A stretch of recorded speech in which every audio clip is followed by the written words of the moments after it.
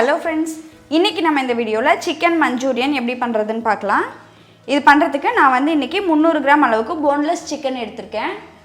இதை வந்து இந்த மாதிரி சின்ன சின்ன பீசஸாக கட் பண்ணி எடுத்துக்கோங்க. இப்போது இதை வந்து நம்ம ஒரு பவுலில் சேர்த்துடலாம். இந்த 300 கிராம் சிக்கனுக்கு நம்ம வந்து இதில் 1 டேபிள் ஸ்பூன் அளவுக்கு கார்ன்ஃப்ளவர் சேர்த்துடலாம். 1 டேபிள் ஸ்பூன் மைதா மாவு சேர்த்துக்கோங்க. அடுத்ததாக பாதி முட்டையோட வெள்ளைக்கருவு சேர்த்துடலாம். இது கூட அரை டீஸ்பூன் உப்பு சேர்த்துக்கோங்க. அடுத்ததாக அரை டீஸ்பூன் மிளகுத்தூள் சேர்த்துக்கோங்க. இப்போது இது எல்லாத்தையும் நல்லா மிக்ஸ் பண்ணி விட்டுருங்க.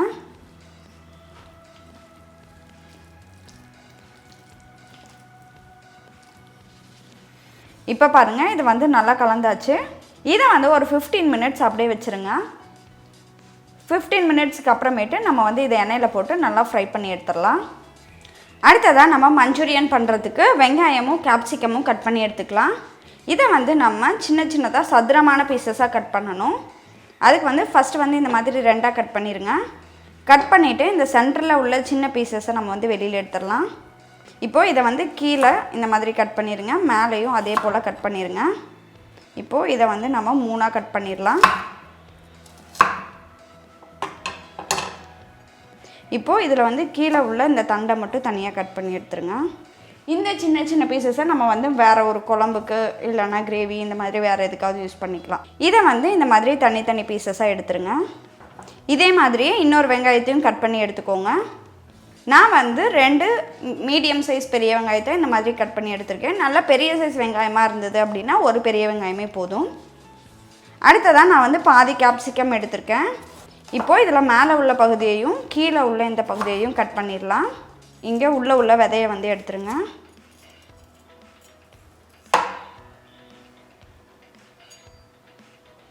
இதை வந்து இந்த திக்னஸ்க்கு கட் பண்ணிடலாம். இதை வந்து இந்த மாதிரி ட்ரையாங்கிளாக கட் பண்ணிக்கோங்க.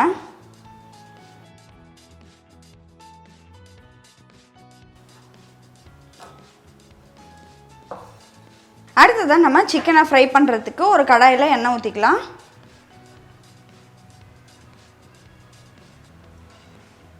நான் வந்து இன்றைக்கி டிசனோட extra light olive oil use பண்ணியிருக்கேன். ஆலிவ் ஆயில் பார்த்தீங்க அப்படின்னா ஹை குவாலிட்டி ஸ்பானிஷ் ஆலிவ்ஸ்லேருந்து எடுத்திருக்காங்க.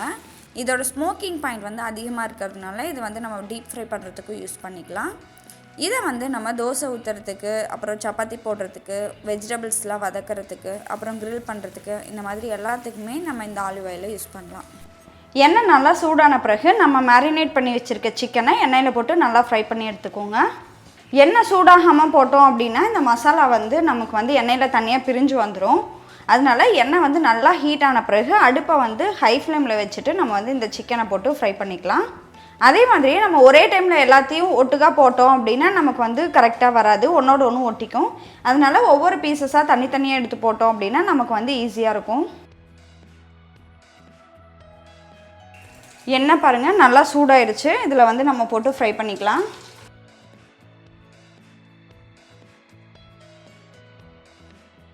இப்போ பாருங்கள், இது வந்து நல்லா கோல்டன் ப்ரௌன் கலர் ஆகிடுச்சு. இதை வந்து எடுத்துடலாம்.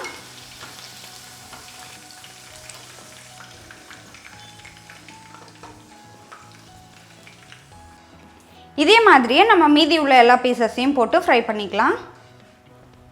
அடுத்ததாக இந்த மஞ்சூரியன் பண்ணுறதுக்கு ஒரு கடாயில் 1 டேபிள் ஸ்பூன் அளவுக்கு எக்ஸ்ட்ரா லைட் ஆலிவ் ஆயில் சேர்த்துக்கலாம்.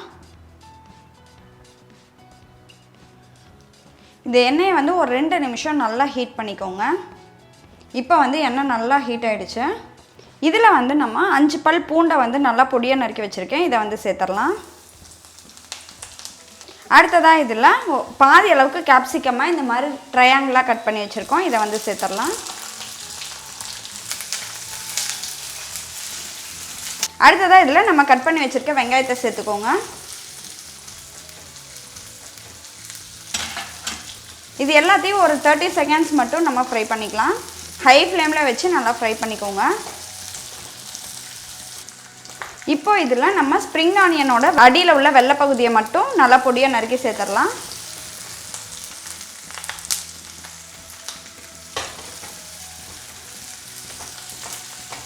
இப்போ இதில் 1 டீஸ்பூன் சோயா சாஸ் சேர்த்துக்கோங்க.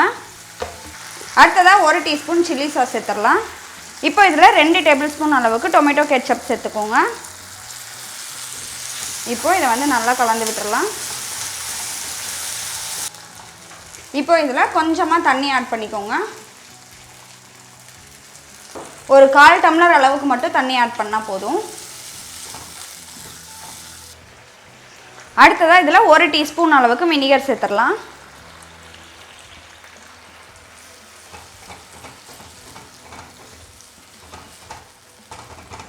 இப்போ இதில் 1/4 டீஸ்பூன் மட்டும் உப்பு சேர்த்துக்கோங்க. இந்த சாஸ் நல்லா கொதிச்சிட்டு இருக்க சமயத்தில் நம்ம ஃப்ரை பண்ணி வச்சுருக்க சிக்கனை இதில் சேர்த்து நல்லா மிக்ஸ் பண்ணிக்கலாம்.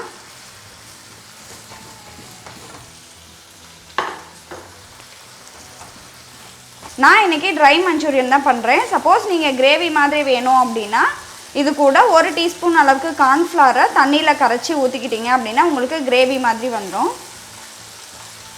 இப்போ பாருங்கள், நம்மளோட மஞ்சூரியன் ரெடி ஆகிடுச்சு. இதில் ஒரு 1/4 டீஸ்பூன் அளவுக்கு மட்டும் மிளகுத்தூள் கடைசியாக சேர்த்துருங்க.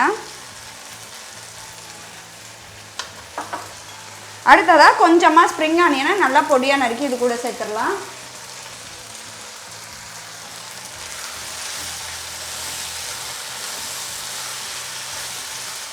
அவ்வளோதான். இப்போ வந்து ஸ்டவ் ஆஃப் பண்ணிக்கோங்க.